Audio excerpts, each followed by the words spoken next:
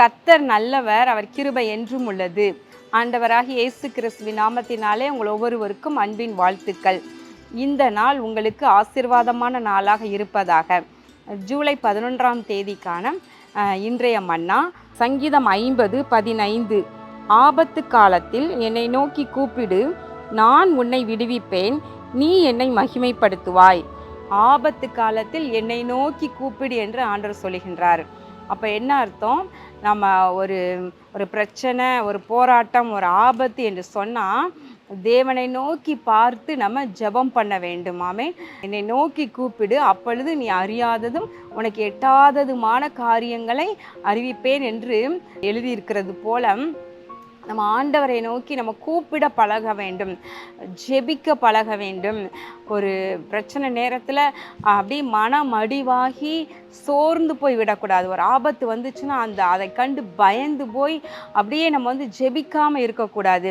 ஆண்டவருடைய வார்த்தை என்ன சொல்லுது? என்னை நோக்கி கூப்பிடு, அப்பா பிதாவே இயேசுவே என்று சொல்லி என்ன ஆபத்துனாலும் என்ன போராட்டனாலும் நம்ம அவரை நோக்கி நம்ம கூப்பிடும் பொழுது அவர் என்ன செய்கிறாராம்?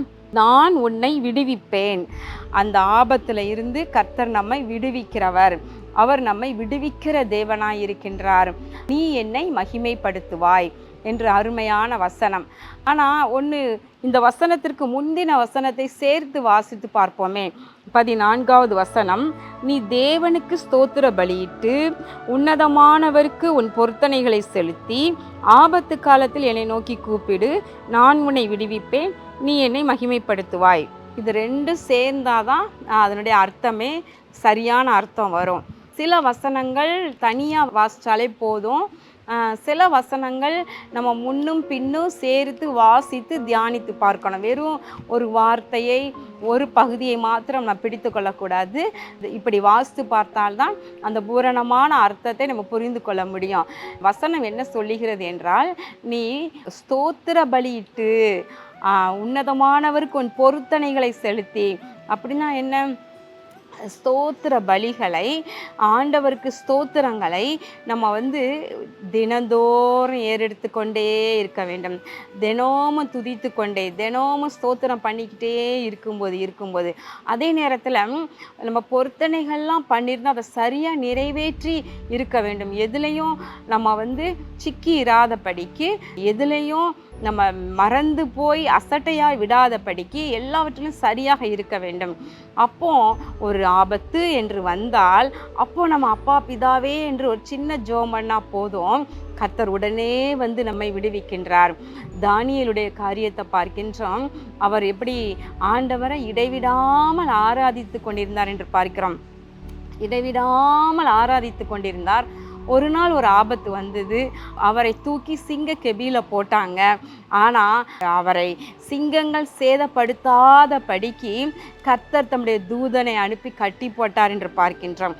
சிங்கங்கள் அவரை சேதப்படுத்த முடியவில்லை. ஏன்னா அவர் அன்னைக்கு ஜெபம் பண்ண ஜெபம் அல்ல.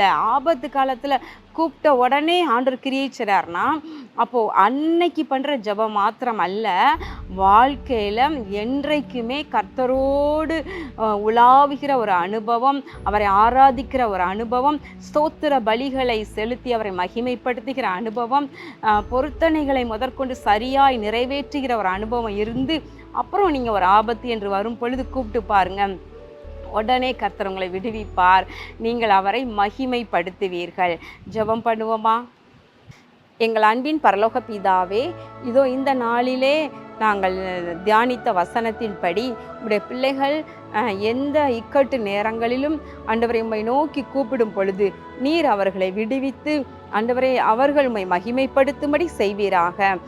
ஆண்டவரே ஒவ்வொரு நாளும் உம்மை ஸ்தோத்திரம் பண்ணி ஜெபிக்கவும், பொருத்தனைகளை சரியாய் செலுத்தவும் நீர் உடைய பிள்ளைகளுக்கு அனுகிரகம் பாராட்டுவீராக. இந்த நாள் ஒரு ஆசீர்வாதத்தின் நாளாக இருக்கட்டும். இயேசு கிறிஸ்துவின் நாமத்தினால் வேண்டிக் கொள்கிறேன் நல்ல பிதாவே, ஆமேன்.